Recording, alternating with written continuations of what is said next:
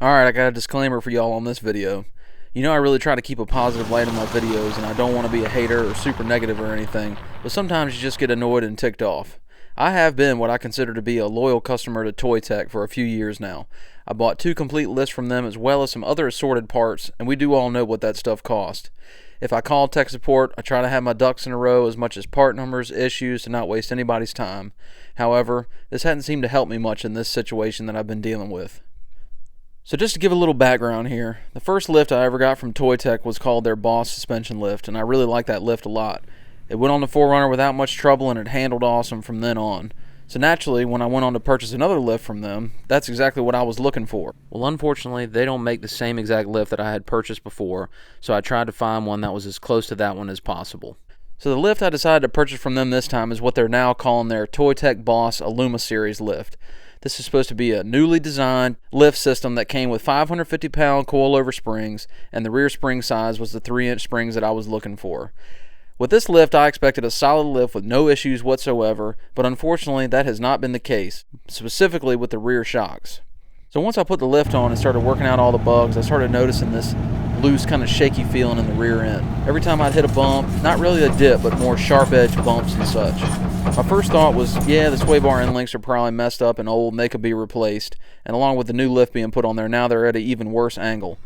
After I replaced those, the rattling and the loose feeling was still there.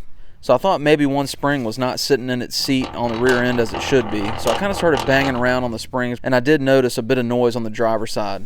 It was a little bit off from where I thought, but it wasn't too bad, so I was hopeful. But nope, got it back on the ground. The rattling noise was still there. So I called tech support, tell them what's going on, and I tell them that I think it's the rear shocks. So they tell me to go back, check the top nuts on the shock again, because most people end up leaving those loose. They also said to go ahead and remove the lower bolt, disconnect the shock, and make sure each shock had the correct amount of resistance, as in if it had leaked out any of the oil or anything. I knew this wasn't the issue because otherwise the 4Runner would have been bouncing all over the place, and that was not happening.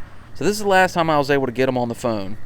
So I went on ahead and checked the upper nuts on the shock, and they were still tight. I disconnected the bottom, took the shock loose. The shocks had tons of resistance, and yeah, they were a lot of fun to get back on.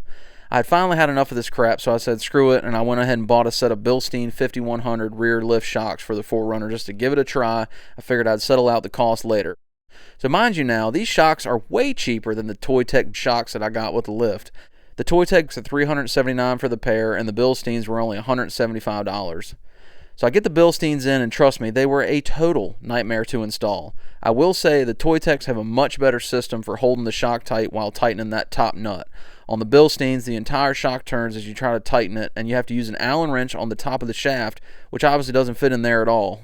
If you've ever done this job, I don't need to say anything. You know how much of a pain it is. Well, thank goodness it did fix it. She's butter smooth, baby. It rides so much better, everything is tight, and above all else, there is no noise from the rear end when I hit bumps.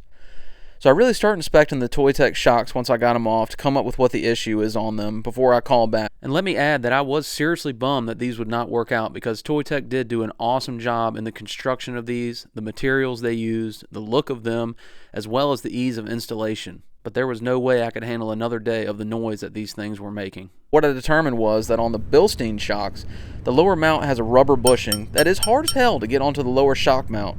But once it's on there, it's rubber and it's tight, so you get no noise or vibration whatsoever. Well, on the Toytec shocks, they have a metal bushing inside of the lower shock mount portion of the shocks. In order for this to fit, to make no noise and have no vibration, in my mind, they would have to slide on with some extreme tight press fit onto the lower shock mount. This is definitely not the case, as they slide right onto the bottom mount with no problem at all. Now this is nice for installing them, but once they're installed and you drive, voila, there's the noise and the vibration from the non-press fit. So with this research in hand, I call Toytec. I can't get an answer. I leave a message. I call again another day. No answer. This went on for a few weeks. I left messages, I sent emails, nothing. I wasn't trying to be a pain in the butt, but for a set of $400 shocks, this just isn't right to me. At the end of all this, what the takeaway is, I would not spend my hard-earned money on the Toytec Aluma Boss shocks. They ride okay, but they make a bunch of noise, and if I'm being completely honest, the Bilstein shocks ride way better. As far as the rest of this Boss Aluma series lift goes, I would call it par, but I'm satisfied enough with it. For me though, I was really looking to get the softest ride possible, and the ride is super stiff. So I apologize for the rant, and I hate to be so negative, but I do want to save other people the trouble and time before they go getting these quite expensive shocks. Take care, and I hope you guys got something out of the video. I hope it helps. I will be back with a positive video next time, I do promise. Y'all take it easy.